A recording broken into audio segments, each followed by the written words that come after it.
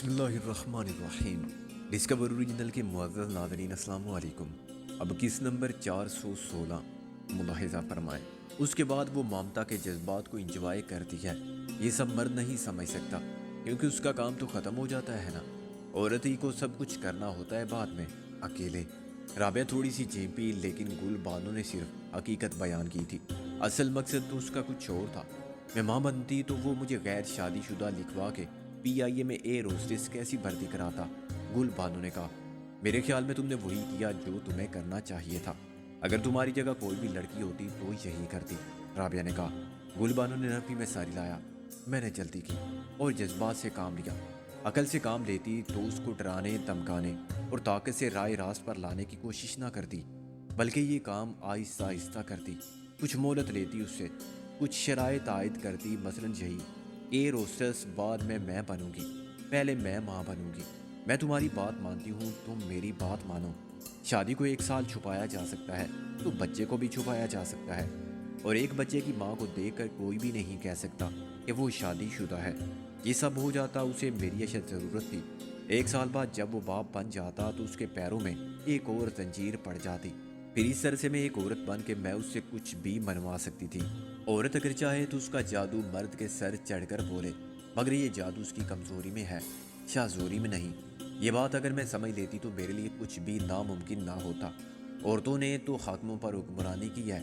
جو عورت امریکی صدر کینیڈین کے دل پر حکومت کرتی تھی، اس نے یونانی عرب پتی تاجر اوناسس کو بھی فتح کیا۔ الزبتھ ٹیلر نے کتنے مرد فتح کیے؟ ان بادشاہوں کی طرح جو ملک فتح کرتے ہیں، مگر ان عورتوں نے طاقت سے نہیں، محبت سے فتح کیا۔ میں ہموکوں کی طرح اس عورت کا فلسفہ سنتا رہا جو کل تک ناگ بنی تھی، ایک خطرناک ڈاکو کی خطرناک بہن۔ آج وہ گل بانو بن کے زندگی کی ایک باریک نفسیاتی گتھیاں سلجھا رہی تھی۔ مجھے بتا رہی تھی کہ وہ لندن پیرس گھوم چکی ہے۔ اس کے اندر کی حقیقی عورت کا روپ ناقابل یقین تھا۔ یہ مجھے دوسری شخصیت کا کیس لگتا تھا۔ ناگمنی اور گل بانو میں کمتین کی دوری تھی، آکاش اور پاتال کا فرق تھا۔ تمہارے بھائی اور تمہارے والدین نے تمہاری مدد نہیں کی؟ رابعہ نے کچھ دیر کی خاموشی کے بعد کہا، مدد تو سب نے کی تھی مگر حاصل کچھ نہیں ہوا۔ گل بانو نے کہا، الٹا پولیس میں رپورٹ کرنے سے ہمارے لیے مسائل پیدا ہو گئے تھے۔ وہ رات دن تفتیش کے لیے آتے تھے، ہمیں بلواتے تھے۔ انہوں نے میرے الزامات پر بہت سے تفصیلی بیانات لیے۔ کیس FIA نے لے لیا۔ معاملہ ایک سمگلر کا تھا اور میں اس کی شریک حیات کی حیثیت سے انکشافات کر رہی تھی۔ یہ اچھا ہوا کہ میں نے شریک جرم ہونے کا اعتراف نہیں کیا، ورنہ میں تو اندر ہی ہو جاتی۔ پھر ایک بہت سمجھدار افسر نے، جو FIA میں ڈپٹی ڈائریکٹر تھا، ہمیں سمجھایا کہ یہ سب بیکار ہے۔ ہم لوگوں کو آگ سے کھیلتے ہوئے ڈرنا چاہیے۔ جو نقصان ہونا تھا ہو گیا، مگر آگے جانے سے زیادہ نقصان ہو سکتا ہے۔ ان لوگوں کے ہاتھ بہت لمبے ہوتے ہیں، وہ خود کسی کے ہاتھ نہیں آتے۔ ہماری خاندان اور محلے میں بہت بدنامی ہو چکی تھی۔ لوگ ہر طرح کی باتیں کر کے مزہ لیتے تھے۔ ہم کس کس کو جھوٹا کہتے اور کہاں کہاں جا کے تردید کرتے۔ میرے ابا نے یہی مناسب سمجھا کہ اس ہمدرد بن کر آنے والے افسر کے مشورے پر عمل کیا جائے۔ ہم نے وہ محلہ ہی نہیں چھوڑا، شہر بھی چھوڑ دیا۔ میرپور خاص سندھ میں ہماری کچھ زمین تھی۔ وہ زمین آم کی فصل کے لیے بہت زرخیز تھی۔ ابا نے یہی فیصلہ کیا کہ ان زمینوں کو آباد کریں، مگر یہ کسے معلوم تھا کہ ہم سے تقدیر نے ایک اور غلط فیصلے پر دستخط کرا لیے ہیں۔ تدبیر کیا کرے گی جہاں تقدیر ہی خلاف ہو۔ پہلا سال بہت اچھا گزرا۔ میرے بھائی نے آم کے ایک باغ کا ٹھیکہ لے لیا۔ وہ اس کام کا تجربہ حاصل کر چکا تھا اور اس کاروبار کی اونچ نیچ کو سمجھتا تھا۔ اس ٹھیکے سے پہلے اس سال 50,000 کا فائدہ ہوا، جو اس وقت کے اعتبار سے بہت بڑی رقم تھی۔ اس علاقے میں سرحد پار کے ڈاکو بہت سرگرم تھے۔ وہ گرد و نواح کے علاقوں میں حملے کرتے تھے اور عموماً ہندو سیٹھوں کو لوٹتے تھے۔ اندرون سندھ ہندو ساہوکار آزادی کے 20 سال بعد بھی معاشی طور پر بہت مستحکم تھے، لیکن ڈاکو کا کسی کے مذہب سے کیا تعلق؟ ان کے جیسے ڈاکو ادھر بھی تھے اور وہ بھی مسلمانوں سے رعایت نہیں کرتے تھے۔ جس دن میرا بھائی ٹھیکے کی نیلامی سے ملنے والی رقم لے کر گھر آیا، اسی رات ڈاکو آ گئے۔ کسی نے مخبری کی تھی؟ رابعہ نے کہا، مخبری کی ضرورت ہی نہیں تھی۔ نیلام میں سب کے ساتھ وہ بھی ہوں گے۔ کسی کی صورت پر تو نہیں لکھا ہوتا کہ وہ ڈاکو ہے۔ میرا بھائی بھی اس خطرے سے بے خبر نہیں تھا۔ وہ رقم گھر لایا مگر پھر کہیں اور لے گیا۔ دن کا وقت ہوتا تو وہ بینک میں جمع کرا دیتا۔ رات کے وقت اس نے سب پیسہ ایک تھیلی میں ڈال کے زمین میں دبا دیا۔ شاید کسی نے اسے دیکھ لیا یا کوئی پہلے سے اس طاق میں تھا۔ وہ گھر آ گیا اور رات کو ڈاکو آ پہنچے۔ انہوں نے مجھے، میری 2 بہنوں کو اور ماں کو قبضے میں کر لیا اور 50,000 روپے مانگے۔ میرا بھائی ان کے سردار کو وہاں لے گیا جہاں اس نے رقم چھپائی تھی۔ وہاں اس کو خالی گھڑا ملا، کوئی پیٹھ میں خنجر گھوم چکا تھا۔ ڈاکو ہم سب کو ساتھ لے گئے۔ میرا باپ بندوق لے کر پیچھے دوڑا اور ان کی جوابی فائرنگ سے مارا گیا۔ ڈاکو جاتے وقت کہہ گئے تھے کہ رقم کا بندوبست ہو جائے تو اپنی عورتیں لے جانا۔ وہ سرحد پار کے کسی علاقے سے آئے تھے۔ رات بھر چلنے کے بعد وہ کسی غیر آباد مقام پر پہنچے جہاں انہوں نے ہم سب کو الگ الگ رکھا۔ انہیں ڈر تھا کہ یہ مسلمان عورتیں ہیں جو اپنی عزت پر جان قربان کرنا معمولی بات سمجھتی ہیں، کہیں بڑھیا اپنی تینوں بیٹیوں کا گلا نہ دبا دے۔ ایک بار پھر میری عقل اور ہمت کام آئی۔ میں نے سردار سے کہا کہ تم مجھے بیچ دو، میرے 50,000 تو مل ہی جائیں گے کسی بردار فروش سے، باقی سب کو جانے دو۔ وہ بہت حیران ہوا، کہنے لگا کہ تیری باقی 2 بہنوں کو بھی نہ بیچ دوں؟ 1.5 لاکھ تو مل جائیں گے۔ میں نے کہا کہ اول تو یہ اصول کے خلاف ہوگا، تم نے کبھی ایسا نہیں کیا ہوگا، مانگو 50 اور وصول کرو 1.5 لاکھ۔ دوسری بات یہ ہے کہ میری بہنیں ہیں بہت غیرت والی، وہ خودکشی کر لیں گے۔ ڈاکو ہنسنے لگا، اچھا وہ غیرت مند ہیں تو تو بے غیرت ہے؟ میں نے کہا کہ ہوں تو میں بھی بہت غیرت مند، مگر یہاں سوال اپنی جان بچانے کا نہیں، دوسروں کی عزت اور جان بچانے کا ہے۔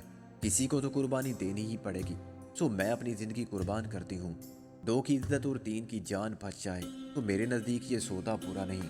ڈاکو چکر میں آ گیا، کہنے لگا کہ اچھا اگر میں ہی رکھ لوں تجھے؟ میں نے کہا کہ وہ تمہاری مرضی، تم رکھ سکتی ہو کسی کو بھی، 50 روپے کی عورت یا 50,000 کی عورت۔ آخر شہر کے لوگ بھی گاڑیاں رکھتے ہیں، کوئی 10,000 کی رکھتا ہے، کوئی 1 لاکھ کی۔ شوق اور حیثیت کی بات ہے۔ بس جناب، ڈاکو تو ایک دم مر مٹا میری صدا پر۔ رات کو میں نے اس کا کام تمام کیا، اسے ریوالور چھینا اور اسے گولی مار دی۔ یہی بنیادی غلطی ہوئی مجھ سے، میں اسے گلا گھونٹ کے تو نہیں مار سکتی تھی، وہ ایک طاقتور مرد تھا، مجھے زہر وغیرہ بھی نہیں مل سکتا تھا، مگر یہ ہو سکتا تھا کہ میں اس کے سر پر کچھ مارتی، وہی ریوالور مارتی یا خنجر سے اس کا گلا کاٹ دیتی۔ یہ سب میں نے بعد میں سیکھا اور کیا، مگر اس وقت تجربہ نہیں تھا، صرف حوصلہ تھا۔ گولی چلنے کی آواز نے ڈیرے پر کھلبلی مچا دی۔ باقی ڈاکو اسلحہ لے کر آئے، لیکن میرے سامنے آ کے 2 مارے گئے تو باقی فرار ہو گئے۔ جاتے وقت میری ماں کو بھی لے گئے اور دونوں بہنوں کو بھی۔ میں اکیلی رہ گئی، اور یہ مت پوچھو کہ کس طرح گھوڑے پر سوار ہو کے راتوں رات سفر کرتی ہوئی سرحد پار کر گئی۔ مجھے صرف سمت کا اندازہ تھا، یہ معلوم نہ تھا کہ سرحد کتنی دور ہوگی۔ میں نے کبھی گھوڑے پر سواری بھی نہیں کی تھی، اس دن کر لی۔ گھوڑا بہت سمجھدار جانور ہوتا ہے۔ میں 2 بار گری مگر گھوڑا بھاگا نہیں، اس نے میرا ساتھ دیا، اور اس رات وہی میرا دوست ہمدرد تھا اور میرا رہنما۔ اسے میں اپنی خوش قسمتی سمجھوں یا اتفاق کہ مجھے کسی سرحد پر کوئی گشت کرنے والا نہیں ملا۔ ادھر BSF والے بھی مل سکتے تھے، ادھر رینجرز۔ صبح ہونے سے پہلے ہی میں گاؤں پہنچی تو مجھے پتا چلا کہ گاؤں پاکستان کی سرحد میں ہے۔ وہاں میں مسجد کے دروازے پر گر پڑی اور جو لوگ صبح نماز پڑھنے آئے انہوں نے مجھے سنبھالا، میری بکتا سنی اور مجھے پولیس کے ذریعے میرے بھائی تک پہنچایا۔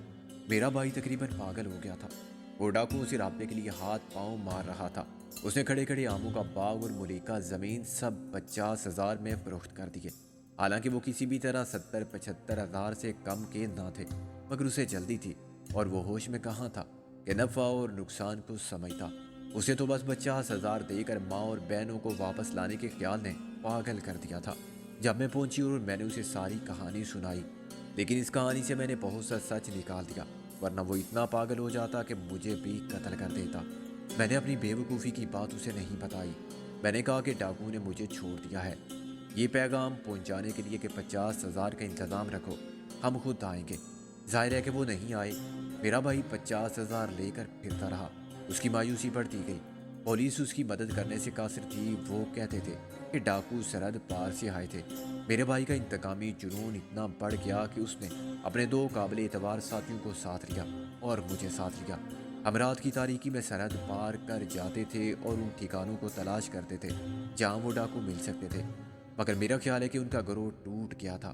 اس کا سردار مارا گیا تھا اور 2 ساتھی بھی مارے گئے تھے، باقی سب ادھر ادھر ہو گئے اور ان کے ساتھ وہ بھی ادھر ادھر ہو گئی۔ میری ماں اور بہنیں، ماں کو تو شاید مار دیا گیا ہوگا یا کہیں ریگستان میں چھوڑ دیا ہوگا، بہنوں کا پتہ نہیں وہ کس کے حصے میں آئیں، زندہ رہیں یا بک گئی۔ 4-6 مہینوں بعد ہم نے کوئی جگہ نہیں چھوڑی، میرے بھائی نے مجھے اس لیے ساتھ رکھا کہ میں اس جگہ کی نشاندہی کر سکتی تھی جہاں میں رکھا گیا تھا، اور انہیں پہچانتی بھی تھی۔ اس عرصے میں ہمارا سامنا متعدد بار سرحدی پولیس سے ہوا۔ ہم بھائی بہن تو بچ گئے، مگر اس کے دونوں دوست ایک ایک کر کے مارے گئے۔ اس کا اشتعال اور بڑھ گیا۔ اب اس نے باقاعدہ گروہ بنا لیا اور سرحدی دیہات میں ڈاکے ڈالنے لگا۔ اس کی تمام سرگرمیاں پاکستان کی سرحد کے اس پار تک محدود رہیں۔ میں اس کے ساتھ برابر کی شریک تھی۔ ویسی ہی انتقام کی آگ میرے خون میں بھی دہک رہی تھی۔ مجھے کوئی ملال نہیں ہوتا جب میرے بھائی کے گروہ کی بربریت کا شکار عورتیں، بچے، بوڑھے اور بے گناہ ہوتے، بلکہ میں تو سمجھتی تھی کہ یہ تو حساب برابر ہو رہا ہے۔ ہم نے کئی بار عورتوں، بچوں کے عوض 50 ہزار روپے کا تاوان وصول کیا۔ کبھی تاوان نہیں ملا تو ان عورتوں کو میرے بھائی نے منڈی میں ایسے بیچ دیا جیسے وہ بھیڑ بکریاں ہوں۔ جب وہاں دونوں طرف سے پولیس اور سرحدی حفاظتی فوج کا دائرہ ہمارے گرد تنگ ہونے لگا تو ہم نے سرحد ہی بدل دی۔ ہم میرپور خاص کے علاقے سے باول نگر چلے گئے۔ وہاں بھی یہی کچھ ہوا۔ وہاں سے ہم واگا کی سرحد پہنچے اور اب یہی حال ہے۔ پھر تھر پار کر، کھوکھرا پارا اور نگر پار کر اسی طرح کے علاقوں میں وارداتیں کرنے لگے۔ کبھی اتنے طویل عرصے میں تمہیں خیال نہیں آیا کہ انتقام کی کوئی حد بھی ہوتی ہے؟ اور کیا یہ واقعی انتقام تھا؟ میں نے کہا، یا محض لوٹ مار اور جرائم کی زندگی گزارنے کی عادت؟ وہ کچھ دیر خاموشی سے اپنے انگوٹھے کو دباتی رہی، پھر اس نے کہا، اب انتقام کا خیال تو نہیں آتا۔ ہم بھول چکے ان کو۔ کبھی یاد کرتے تھے تو ایسے جیسے وہ مر چکے ہوں، اور وہ ہمارے لیے واقعی ہی مر چکے ہیں۔ زندہ ہوتا بھی کیسے مل سکتے ہیں؟ تم نے کتنے قتل کیے ہوں گے اب تک اپنے ہاتھوں سے؟ میں نے کہا، تم اعتراف جرم کرانا چاہتے ہو؟ وہ بیدک گئی، نہیں، ایسے تو ہم نے بھی بہت سے لوگ مارے ہیں، مگر ہم اس کو قتل نہیں سمجھتے۔ یہ جنگ تھی، اس میں ہم بھی مارے جا سکتے تھے اور ہمارے ساتھی بھی مارے گئے۔ تمہاری جنگ کا مقصد مختلف تھا اور تمہارے دشمن مختلف تھے۔ تم نے اپنے دفاع میں گولی چلائی ہوگی۔ قتل وہ ہوتا ہے جو آدمی سوچ سمجھ کے ایک پلان کے مطابق ٹھنڈے دل و دماغ کے ساتھ کرتا ہے۔ میں نے کہا، مارے تو نہ جانے کتنے گئے میرے ہاتھوں سے، مگر ایسے کسی کو نہیں مارا جیسے تم کہہ رہے ہو۔ وہ بولی، ہاں، ایک لڑکی نے مجھ سے کہا تھا اور درخواست بھی کی تھی کہ میں اسے مار دوں۔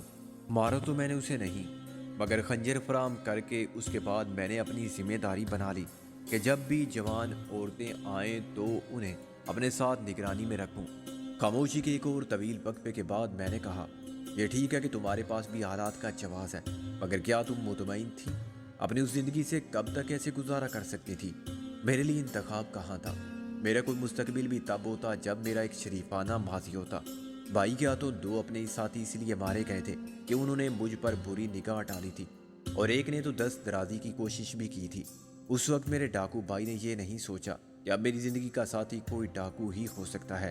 شریف آدمی کہاں سے آئے گا اور کیوں آئے گا میرا ہاتھ مانگنے؟ ویسے بھی میں شادی شدہ تھی۔ اتنا خیال تھا تمہیں؟ میں نے تلخی سے کہا، 2 سال کے بعد تم تنسیخ نکاح کی درخواست دے سکتی ہو۔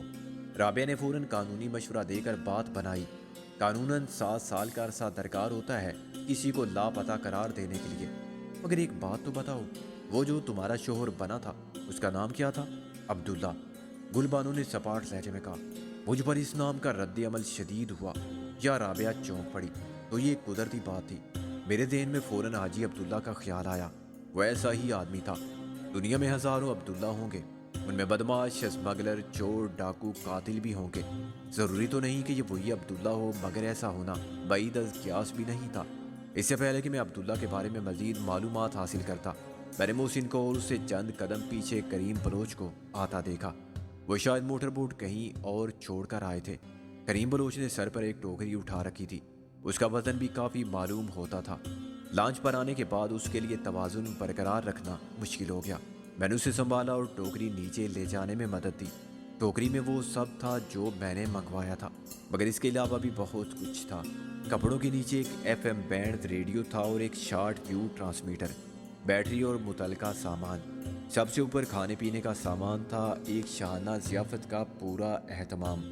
میں جب پھر اوپر آیا تو محسن خان میری جگہ آلتی پالتی مارے بیٹھے ہوئے تھے اور گل بانو ہنس رہی تھی، معلوم نہیں کس بات پر۔